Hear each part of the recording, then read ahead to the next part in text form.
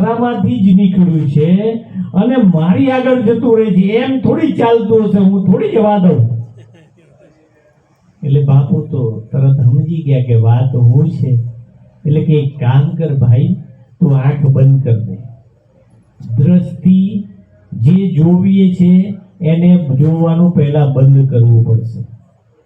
જે જોઈ રહ્યા છે એ જોવાનું બંધ નહીં થાય તો તમારી દ્રષ્ટિ એમાં ને એમાં રહેશે અને એ જે દેખાશે એની પાછળ તમે લાગેલા જ રહેશો. જેમ હમણાં બાપુએ કીધું કે જાગીને જોવે તો જગત દિશે નહીં, બરાબર. એટલે જ્યાં સુધી તમારી દ્રષ્ટિ જગત તરફ છે ત્યાં સુધી આ વાત નહીં સમજાય. આંખ બંધ એટલા માટે કરાવડાઈ બાપુએ કે આંખ બંધ કરે તો અંતર્મુખ થવાશે.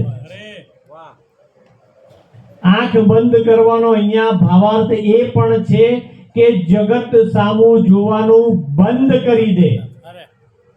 તારી સ્વરૂપ લક્ષી તારું અંતર્મુખ થવાની વાત અહીંયા કરી.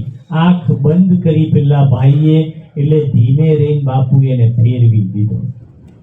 જે આમ હતો એને ગોળ ફેરવી દીધો, એટલે પડછાયો ક્યાં જતો રહ્યો?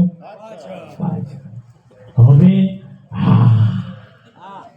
હવે મોજ આવી ગઈ, હું જીતી ગયો. બસ આટલી જ વાત છે, આટલી જ વાત છે. ખાલી પડખું ફેરવવાની વાત છે બાપુ. પણ પડખું ફેરવવા બધા તૈયાર હોતા નથી. જે તૈયાર થાય ને સાહેબ, જેમ હમણાં બાપુએ કીધું કે પાત્રતા કેળવવાની છે, અને આ જ પાત્રતા છે. પાત્રતા આટલી જ છે કે ગુરુ પાસે જઈએ ત્યારે હું કઈ જાણું છું એ મૂકી દેવાનું. હું કાંઈ ના જાણું, જે જાણે એ ગુરુ તું જાણે, મને કાંઈ જ ખબર નથી. આવા ભાવ સાથે ગુરુના શબ્દને જેણે ગ્રહણ કર્યો છે, હૃદયસ્થ કર્યો છે, એને આ જ્ઞાન સીધે સીધું ઉતરી જાય, અને સીધે સીધું આ જ્ઞાન અનુભવમાં ઉતરી જાય. સીધે સીધું અનુભવમાં ઉતરી જાય. ઘણી બધી જગ્યાએ ઘણા લોકો, જેમ હમણાં બાપુ કીધું કે અમે બહુ શાસ્ત્ર વાંચ્યા, અમને બધી આમ ખબર પડે તેમ ખબર પડે. ઘણા લોકો કદાચ વેદ શાસ્ત્ર પુરાણ અને જેટલા બી ધર્મ શાસ્ત્રો વાંચતા હશે, સાહેબ એમને વંદન છે. કોઈનો આપણે છેદ ઉડાડવાનો નથી.